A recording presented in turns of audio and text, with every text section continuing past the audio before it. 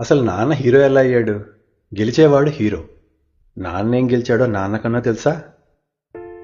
అదిగో నాన్నని పరిచయం చేయగానే ఆ పిండి ముద్ద పిడికిళ్ళు పట్టుకుని బిడ్డ కళ్ళకేసి చూస్తూ కలల్లోనే కోటలెన్నో కట్టేస్తాడు. నాన్నతో ఆడాలని ఆశగా చూసి ఆవలింతలొచ్చి చెప్పలేనంత చింతలో గడియకోసారి గడపకేసి చూస్తూ కలవరిస్తూ కళ్ళు మూసుకుంటాడు. అప్పుడింటికొచ్చిన నాన్నేం గెలిచాడు? ఆ కోతి కౌగిలినే కోరుకోవాలా, లేక దాని రేపటి సరదాలకి కూడబెట్టాలా? ఏదాడినా ఓటమి తప్పని నాన్న ఎందుకు గెలుస్తాడు?